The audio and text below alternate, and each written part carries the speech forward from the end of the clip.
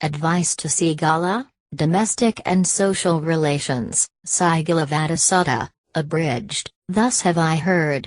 The Blessed One was once staying near Rajagaha, the squirrels' feeding ground in the bamboo wood. Now at this time Thi-ca-la, a householder's son, rising early, went out of Rajagaha. With wet hair, wet garments and his clasped hands uplifted, he performed the rite of worship to the several quarters of earth and sky, to the east, south, west, and north, to the nadir and the zenith. 1. Early that same morning, the Blessed One dressed, took bowl and robe and entered Rajagaha seeking alms.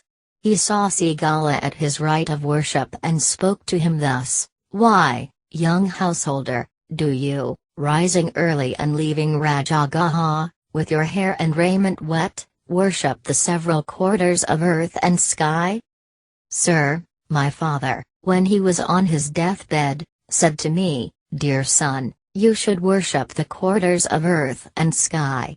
So I, sir, honoring my father's word, reverencing, revering, holding it sacred, rise early and, leaving Rajagaha, worship in this way. But in the discipline of the area, noble one, young householder, the 6 quarters should not be worshipped in this way." "How then, sir, in the discipline of the area, should the 6 quarters be worshipped? It would be an excellent thing, if the Blessed One would so teach me the way in which, according to the discipline of the area, the 6 quarters should be worshipped." "Here then, young householder, reflect carefully and I will tell you." "Yes, sir," responded young Thi-ca-la.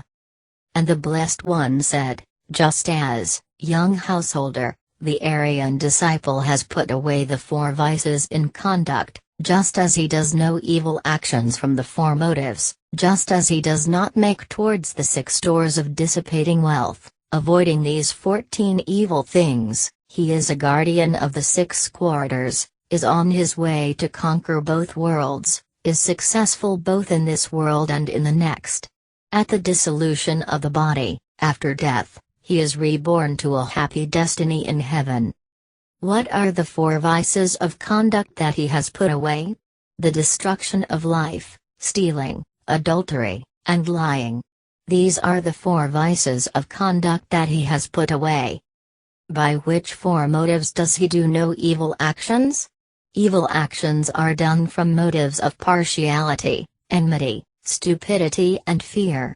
But as the Aryan disciple is not led away by these motives, he does no evil actions through them.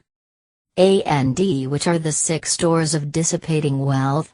Drink, frequenting the streets at unseemly hours, haunting fairs, gambling, associating with evil friends, idleness.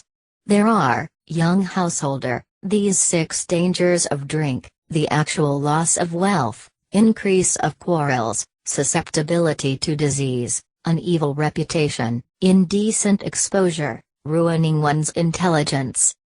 6. Young householder, are the perils a man runs through frequenting the streets at unseemly hours. He himself is unguarded or unprotected, and so too are his wife and children, so also is his property, wealth. In addition, he falls under the suspicion of being responsible for undetected crimes, false rumors are attached to his name, he goes out to meet many troubles.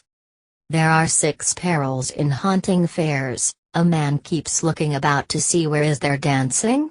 Where is there singing? Music? Recitation? Cymbal playing? The beating of tam-tams?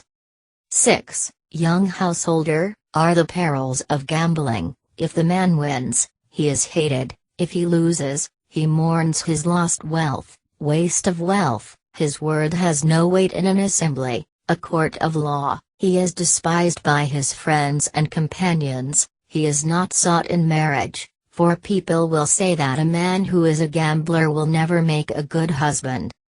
There are 6 perils of associating with evil friends. Any gambler, any libertine, any tippler, any cheat, any swindler, any man of violence becomes his friend and companion.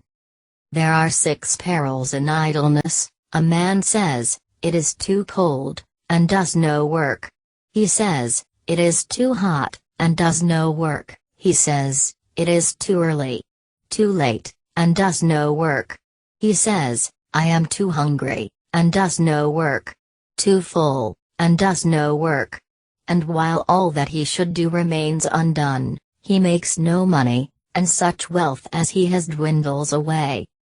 4 persons should be reckoned as foes in the likeness of friends: the rapacious person, the man who pays lip service only to a friend, the flatterer, the wastrel. Of these the first is to be reckoned as a foe in the likeness of a friend on 4 grounds: he is rapacious, he gives little and expects much, he does what he has to do out of fear, he pursues his own interests. On 4 grounds the man who pays lip service only to a friend is to be reckoned as a foe in the likeness of a friend: he makes friendly professions as regards the past, he makes friendly professions as regards the future, the only service he renders is by his empty sayings, when the opportunity for service arises he shows his unreliability. On 4 grounds the flatterer is to be reckoned as a foe in the likeness of a friend: he approves your bad deeds, as well as your good deeds, he praises you to your face, and in your absence he speaks ill of you. On 4 grounds the wastrel is to be reckoned as a foe in the likeness of a friend: he is your companion when you go drinking, when you frequent the streets at untimely hours, when you hunt shows and fairs, when you gamble. The friends who should be reckoned as good-hearted friends are 4: the helper, the friend who is constant in happiness and adversity, the friend of good counsel, the sympathetic friend,